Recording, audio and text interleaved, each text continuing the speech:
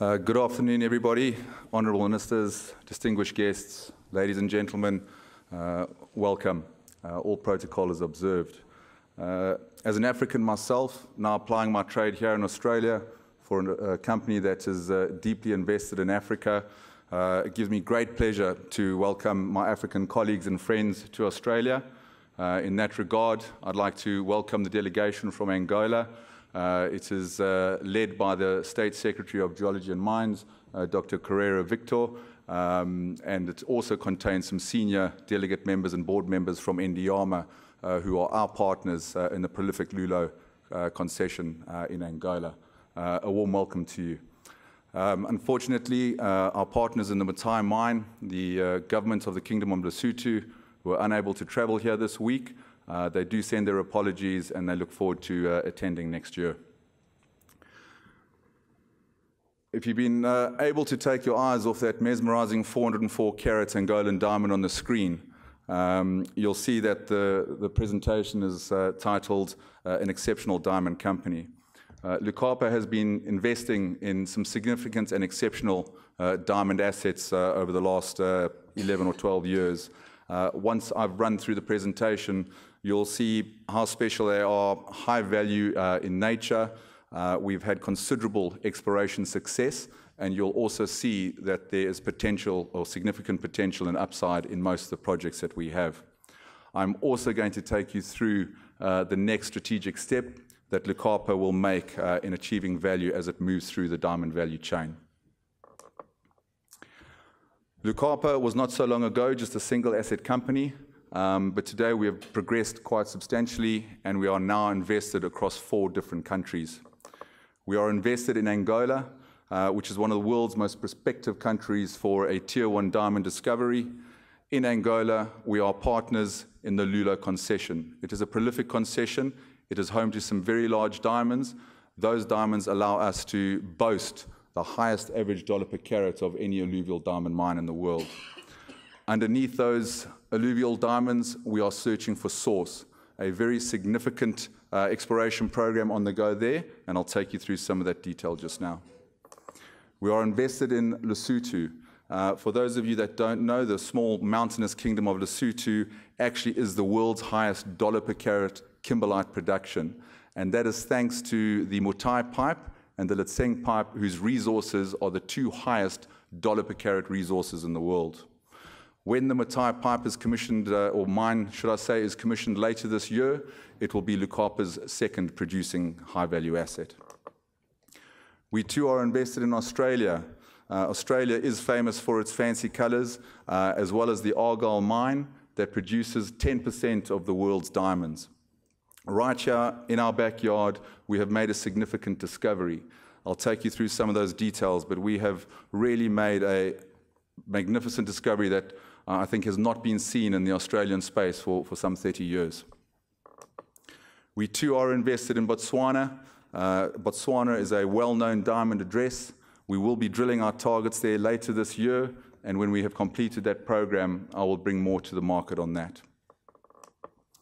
The first project I'd like to take you through is the Lulo concession in Angola. It is a magnificent concession. We operate it in partnership with Ellendale-Mine and one local partner. Lucapa has invested some $50 million in Angola over the last 11 years, developing an alluvial mining operation as well as establishing a considerable Kimberlite exploration program. Firstly, from an alluvial mining perspective, we have got a mine in vast alluvial fields. Those alluvial fields host some of the largest diamonds in the world. 404 carat, 227 carat, Angola's 2 largest diamonds ever recovered in over 100 years of diamond mining. In a world where large stones are few and far between, this concession produces them at a relative frequency that is unseen in the diamond space today. That allows us to boast the highest average dollar per carat, as I mentioned to you. And that's not just from 1 or 2 stones. We have recovered 58,000 carats so far in the time that we've been there, selling them for almost $116 million, achieving $2,000 per carat on average.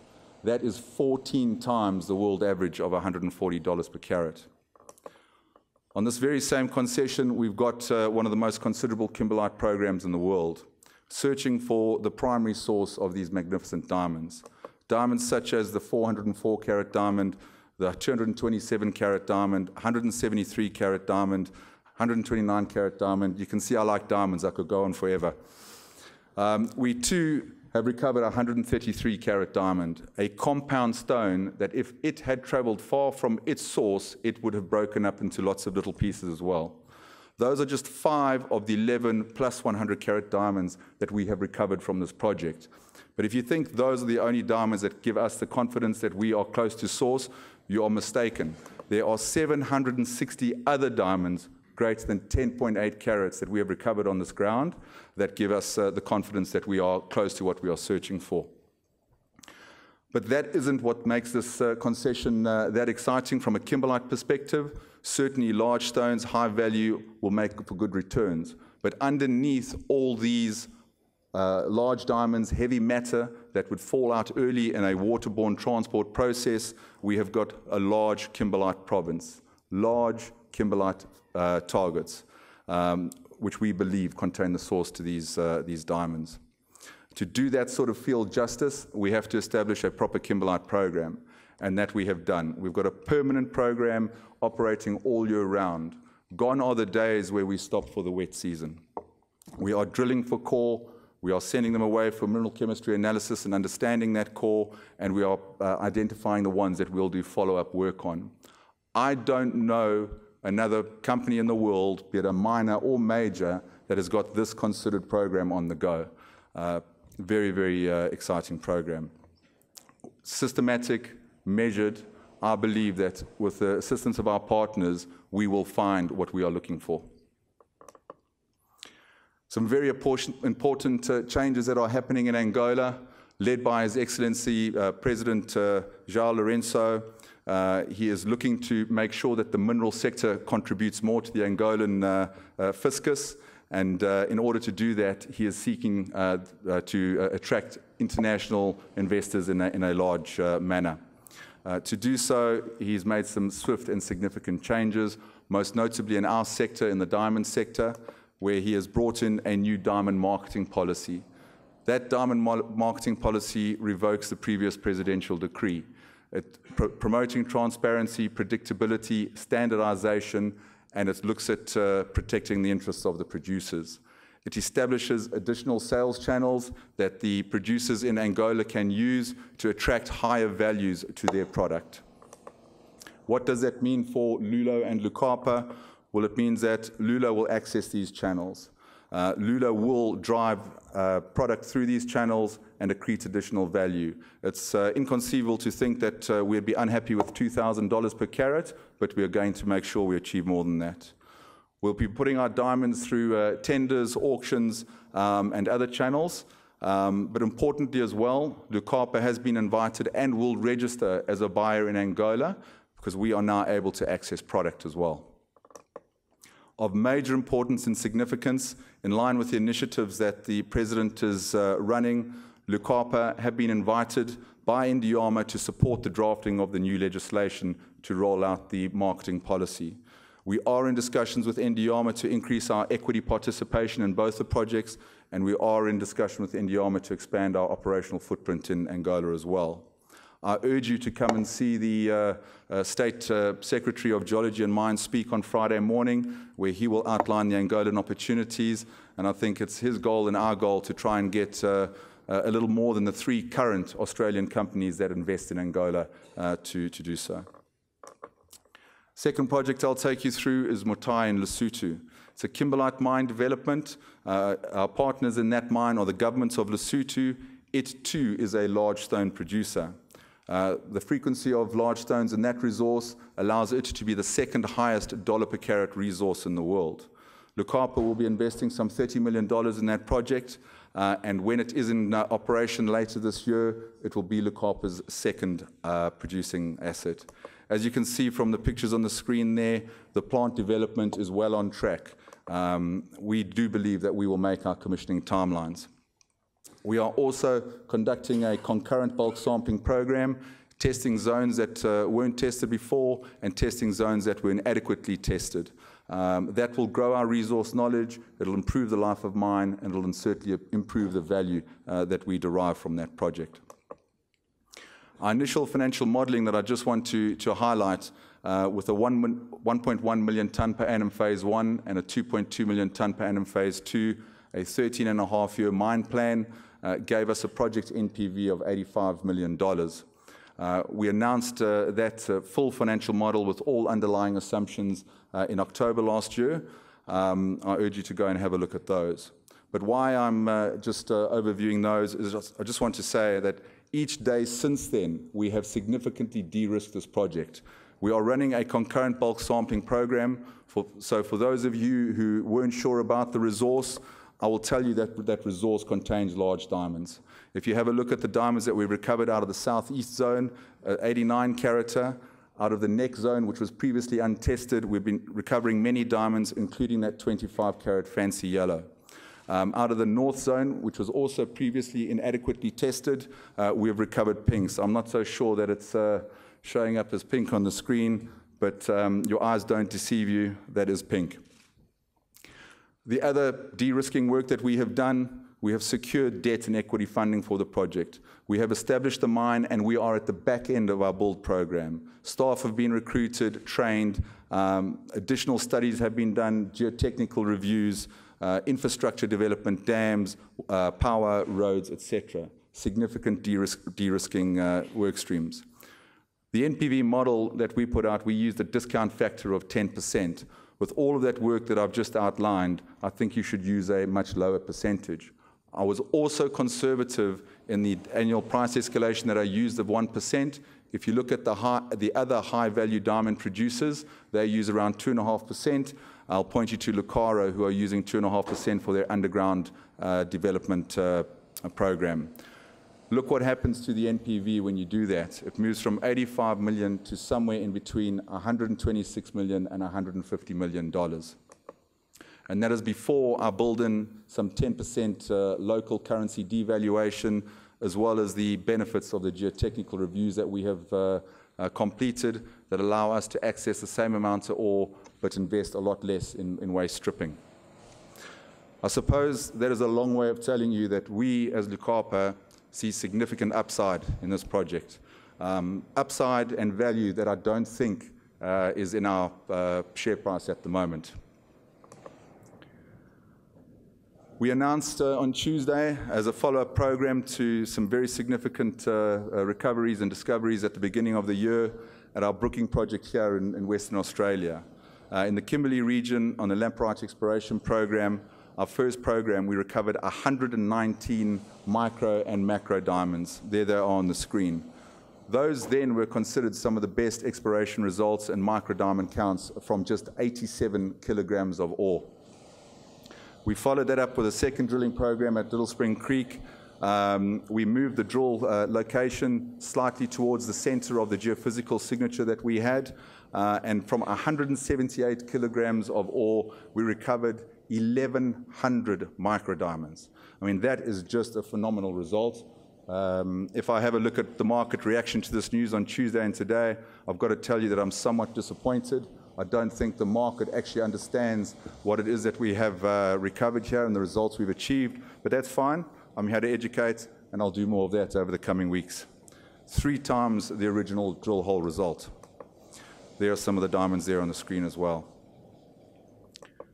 Our next program there is going to come up as well, and that is because of the time domain electromagnetic survey that we flew over the entire 118 square kilometers. We have identified 11 additional targets for drilling, the largest of which is 7 hectares in size at Katie's Bore. We have also in the past recovered microdiamonds there as well, so we're quite excited to get on the ground there and commence that drilling. That will be our 3rd drilling campaign in just 10 months. I don't think anyone in the room can accuse us of hanging around on this project. The Little Spring Creek target is somewhat more advanced. What that allows us to do is go in and do some trenching and bulk sampling, and we're considering our options there as well so that we can understand the commercial macro diamond content and grade. We look forward to getting back on the ground there as our program of works and heritage approvals come through. But again, very significant results that I think the market just don't comprehend, and we'll put out some more information and comparatives for you in due course. Right, the previous sort of 9-10 slides, I've outlined to you the significant projects that we've had. In the short 3.5 years that I've been at the company, we have grown this company quite considerably. Back in the day, we were just operating in the exploration pillar of the diamond pipeline or the diamond value chain. With the support of our shareholders, the support of our government partners, and the support of our local partners, and some considerable effort from our management team, we have migrated into the mining pillar as well. Today, with the significant changes that are taking place in Angola that will allow us to access product as well, with the commissioning of the Mothae-Project that is so close that I can almost reach out and touch it, today I'm going to tell you that Lucapa is taking its next step down the value diamond pipeline as well. We will be entering the cutting and polishing business as well. Why do we want to do that? Well, it's quite simple. We want to attract as much value for our diamonds back to the mines in which we invest. How can we do that? Well, large, high-value production accretes significant value post-mine gate in the polished as well. When it comes to large, high-value production, Lucapa is at the top of the tree. If you look at the alluvial mines around the world, and you look at the Kimberlite mines around the world, and you have a look at the highest dollar per carat projects that there are, Lucapa are invested in 2 of the top 3. So we have access and we have the ability to take this step. I have for a while told you about the benefits of investing in the rough sector. From a Lucapa perspective, it is the most stable in the diamond space. When you've got a very scarce resource like these large stones and a consistent demand from the uber wealthy, you do have pricing stability. Low grade, high value resource environments is something that the Lucapa management team have significant expertise in as well. It is also not a bad place to be in when you're looking at a cutting and polishing strategy. If you want to access margins beyond mine gate and you have high-end resources, you can access significant margin by cutting 1 stone. Not thousands of carats or hundreds of stones or thousands of stones, just 1 stone, and I'll take you through an example just now as well. It also provides rough price protection. If you as the producer don't like what the buyer is offering you, well, don't sell it. Put it into the cutting facility, partner it into the cutting facility, and then sell it in the polished and accrete the value. This is an area where we as a management team, again, have significant expertise and relationships.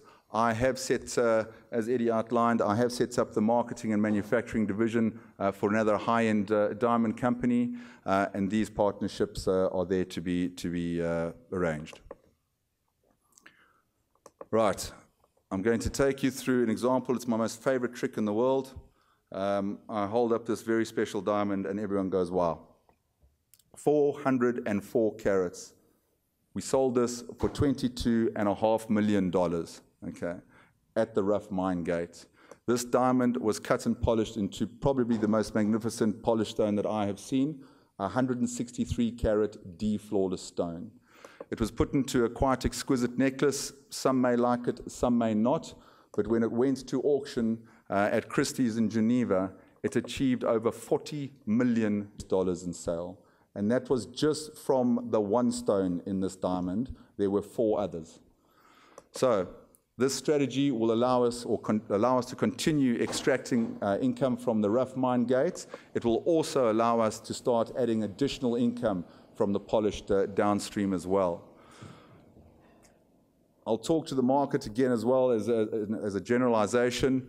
The market, I think, hasn't yet appreciated what it is that we are building as a company.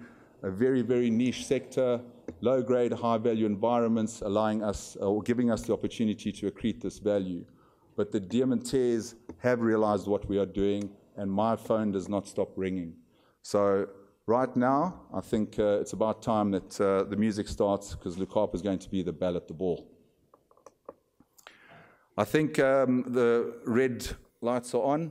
I will end the presentation as I started. Lucapa, in collaboration with its government partners and its private partners, is an exceptional diamond company. We're a growing producer. We have achieved significant exploration success, and we will build on that, and we will extract the value in our projects. And tomorrow, we'll also accrete value downstream. Thank you.